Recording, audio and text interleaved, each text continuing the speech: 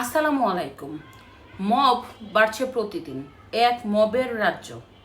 মবের রাজ্যের যারা রাজা তারাই তাদের উদ্দেশ্য এবং স্বার্থ হাসিল করার জন্য মবের উস্কানি দিচ্ছে এবং বাংলাদেশে প্রায় প্রতিটি জায়গায় মবের রাজ্য হিসাবে এই বাংলাদেশকে তৈরি করছে। প্রতিদিনই মব হচ্ছে, সাধারণ মানুষ দেখছে আর পুলিশ চুপচাপ বসে আছে। গতকালকে 3টি মব সফল হয়েছে। যদিও প্রতিদিনই প্রচুর মব হচ্ছে, কিছু কিছু ইলেকট্রিক প্রিন্ট মিডিয়াতে আসছে, কিছু কিছু আসছে না। যারা মব করছে তাদের স্বার্থে যদি বিন্দুমাত্র ব্যাঘাত ঘটেই তাহলে তারা বিভিন্ন জুলাইয়ের যুদ্ধার নামে এবং তৌহিদি জনতার নামে তারা বিভিন্ন জায়গায় তাদের মব বাহিনী পাঠায় দেয় এবং ওই বাড়ি কিংবা ওই মানুষটি মবের শিকার হয়, লাঞ্ছিত হচ্ছে।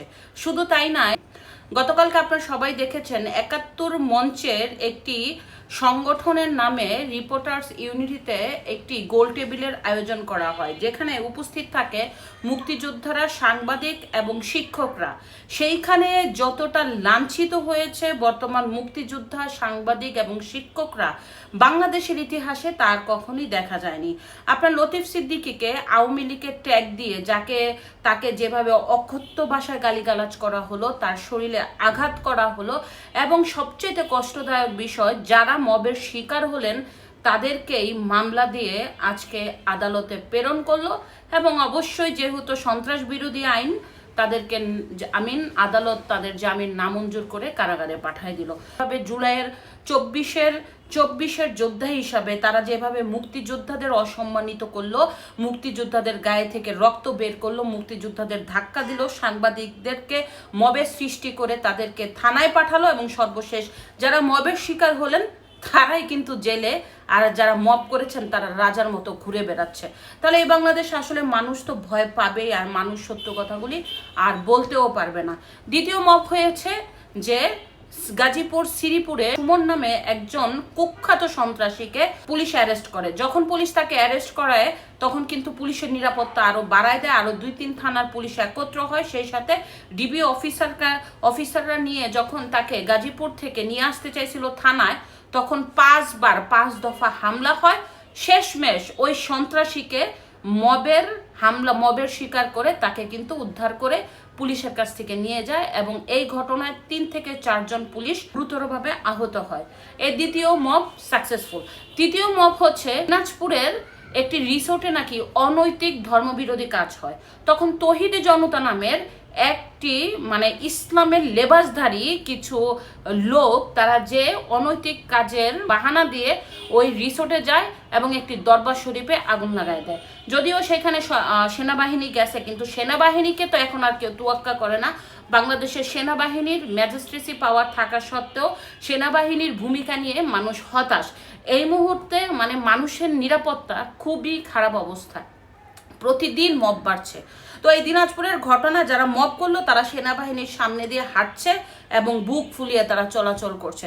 এই যে তৌহিদি জনতা নামে এদেরকে যারা ইন্ধন দিচ্ছে এবং এইদেরকে যারা পালছে, তারা বাংলাদেশকে একটি জঙ্গি রাষ্ট্র করতে চায়। তৌহিদি জনতার নামে যারা এগুলি করতেছে তারা বাংলাদেশকে একটা জঙ্গি রাষ্ট্র হিসাবে দেশকে নিচে নামিয়ে ফেলতে চাচ্ছে। দেশকে একটা আফগানিস্তান, একটা জঙ্গি রাষ্ট্র, একটা পাকিস্তান বানানোর যে মিথ্যা পায়তারা এই শয়তানগুলা করতেছে তা কিন্তু সবাই পরিষ্কার। কারা পাকিস্তানিদের কাছ থেকে টাকা খাচ্ছে, কারা আইএসআইয়ের কাছ থেকে টাকা খাচ্ছে, কারা বাংলাদেশকে একটা জঙ্গি রাষ্ট্র করার জন্য বিদেশি ফান্ড হিসাবে কোটি কোটি টাকা নিচ্ছে, মানুষের আবেগ নিয়ে কারা খেলছে, এখন কিন্তু মানুষ আস্তে আস্তে পরিষ্কার হচ্ছে। যদিও কিছু মানুষ এখনো ভুলভ্রান্তের মধ্যে আছে, আস্তে আস্তে ক্লিয়ার হবে কারা এই বাংলাদেশকে বিক্রি করে দিয়ে এই বাংলাদেশকে একটা জঙ্গি রাষ্ট্র হিসাবে তুলে ধরার চেষ্টা করছে।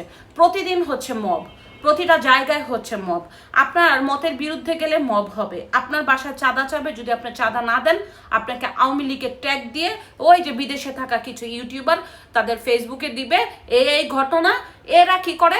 উস্কানি দিয়ে তৌহিদি জনতা বলেন, জুলাইয়ের যোদ্ধা বলেন, এদের নামে বিভিন্ন মব বাহিনী পাঠায় দিয়ে বাড়িঘর ভাঙছে, মানুষকে অপমানিত করছে, হেস্তনেস্ত করছে, মানুষের বাড়ি দখল করছে, মানুষের অফিস দখল করছে, মানুষের টাকা নিয়ে যাচ্ছে, সম্পত্তি দখল করছে, করে আবার সন্ত্রাস বিরোধী আইনে বিভিন্ন মামলায় তাদেরকে জেলে ভরে দিচ্ছে। জনকণ্ঠ কিভাবে দখল হয়ে গেছে, একটা মবের শিকার হয়েছে। আপনারা কিন্তু সবাই জানেন বিএনপি, জামাত এবং এনসিপি বিভিন্ন দলের নেতাকর্মীরা মিলে এই জনকণ্ঠটা দখল করছে। এখানে উস্কানি বিদেশ থেকে কিছু ইউটিউবার দিছে, এটা কিন্তু একদম পানির মতো ক্লিয়ার। শুধু এটা না, বিভিন্ন জায়গায় মব সৃষ্টি করে বাংলাদেশকে শেষ করে দেওয়া হচ্ছে।